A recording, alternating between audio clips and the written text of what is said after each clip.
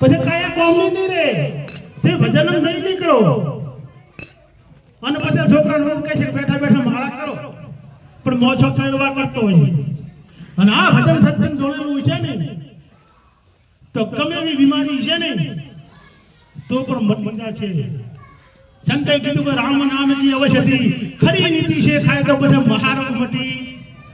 એ કોઈ રોગ પણ ઉભો ના રહે કારણ કે રોગ તો ભૌતિક છે શરીરને થાય છે તમને કોઈ થાય એવો નહીં રોગ પણ એ ભૂમિકામાં આવે તો નહીં થાય એવો.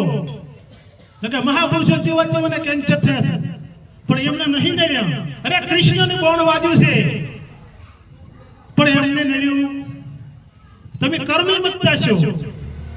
આ તો કે ભજન કરી ભગત ચિંતન મુઈને ઓમ થાય છે પણ થાય તો બધાને પણ ઓલો જોણે છે અને સ્વીકારી લે છે કારણ કે કર્મ ત્રણ પ્રકારનું લાગે છે. એ કર્મને આપણે ઓળખવા પડશે. સંતે મહાપુરુષો કર્મને ઓળખી લીધા અને સ્વીકારી લીધું. આ ભૂમિકામાં આશો તો આનંદ આવશે જીવન જીવવાનો. તો મનુષ્યનો અવતાર જે મળ્યો છે એ લેખે આવશે એટલે કે બધો અલેખે છે. એક વાણીમાં કીધું છે ક્યાંથી આયા ત્રિલોકમાં અને વળી શું છે તમારી જાત. ક્યાંથી આયા ત્રિલોકમાં અને શું તમારી જાત. અસલ સ્વરૂપને તમે ભૂલી ગયા એ હવે બાવળીએ ભરી છે બાથ ઠેકાણે જતી પોકશો. તમે કોણ છો? જન્મ છો એટલે દીકરો કે દીકરી બે ભાગ પડી ગયા હતા. એક નહીં બે થઈ ગયા. થોડા પછી ચાલે ચાર શા બ્રાહ્મણ ક્ષત્રિય વૈશ્ય નહીં શૂદ્ર એમાંથી અનેક જ્ઞાતિઓ થઈ ગઈ. તમે અસલ સ્વરૂપને ભૂલી ગયા. આ બાવળીએ બાથ ભરી નાખી છે. બાવળીએ બાથ ભરી છે પણ મેલાતી નથી.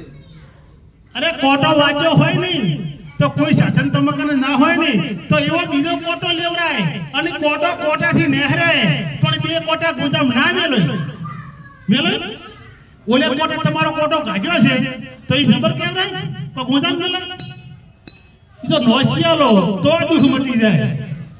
પણ આપણે જેટલા આશા એટલે ગુજામ મેલ્યા છે. અસલ સ્વરૂપને તમે ઓળખો. તમે કોણ છો? એ ભૂમિકાની મહાપુરુષે વાત કરી છે. એ કોમરાની અંદર માલ ધારી અને બકરા ચરાવવા જાય અને બકરા સારતા સારતા એક સિંહાણે બચ્ચાને જન્મ આપ્યો છે અને સિંહાણે પ્રાણ છોડ્યા છે. અને આ બચ્ચું એ ગોવાળને મળ્યું છે અને એને કભેનો સિંહ ખાઈ લાવ્યું. જેમ બકરા પેલા વી એટલે કભે લઈને બોકડી આવી ને એમ સિંહના બચ્ચાને લાવ્યું છે. આ સિંહના બચ્ચાને લાવ્યું છે અને બકરા ભેળું મોટું કર્યું. શેમાં પૂર્યું છે? વાડામાં. વાપરજો વાડામાં પૂર્યું. આ તો સિંહનું બચ્ચું શેમાં પૂર્યું? વાડામાં. દૂધ શેનું પાયું? બકરાનું. અત્યારે 20% માતાઓ દૂધનો પ્રોબ્લેમ. ડોક્ટર કે બકરીનું લઈને પાવો દૂધ ઓછું છે અને તાર બકરીનું દૂધ પીને પીવે કેવા થાય? હા બકરીનું કે ફોરું પડે ના મળે લાવો કાંઈ પછી વાત આ તો કઈ સમજ તમારે ભાઈ હા ગાય લેવાથી બાપા જમ કોઈ રેડ પણ પેલી રોટલી ગાય ને ખવડાવી હોય. પણ અસલ સ્વરૂપને તમે ઓળખો. તમે કોણ છો? એ ઘરની મહાપુરુષે વાત કરી છે. કાયમ બકરા ભેળો સરવા જાય જંગલમાં ફરીને આવે.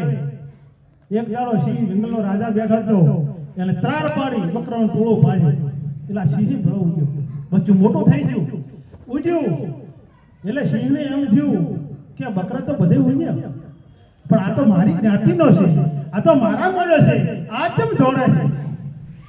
એટલે બકરાને તાવાળાને ઓલે પકડ્યા પહોંચી ગયો. એટલે ઓલે પહેલા બકરા કે મને કેમ પકડો?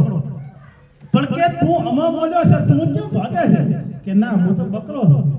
પણ કે મારા દેવડો છે કે હું તો મોટો બકરો થઈ ગયો.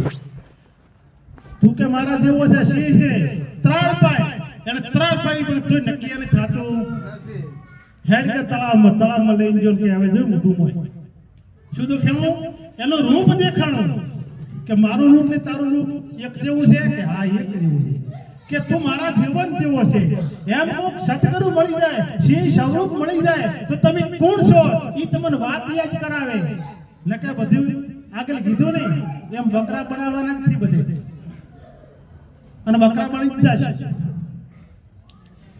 આ રૂપ દેખીને તું ભૂલો પડ્યો આ ભવસાગરની મોય અરે રૂપ દેખી ભૂલો પડ્યા આ ભવસાગરની મોય હું ને મારી બે બેડીઓ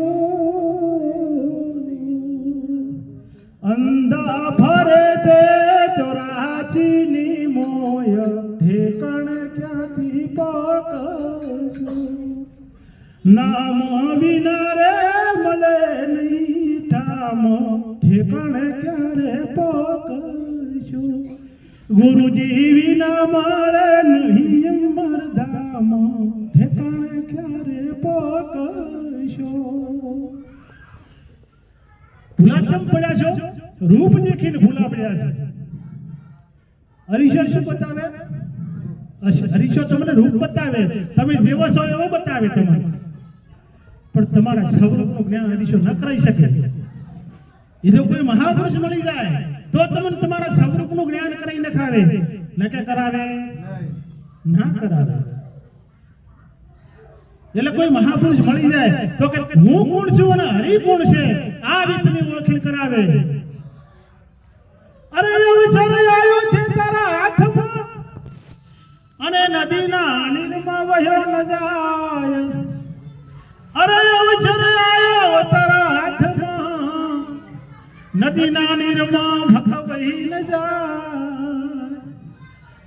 અંકુર બાલ્યા વિના કારજ ક્યાંથી જાય ઠેકાણે ક્યારે પકશું હે નામ વિના મળે નહીં અમરધામ ઠેકાણે ક્યારે પકશું અવસર આવ્યો છે હાથમાં પણ અંકુર બાલ્યા વિના કોઈ દાડો કારજ જાશે ના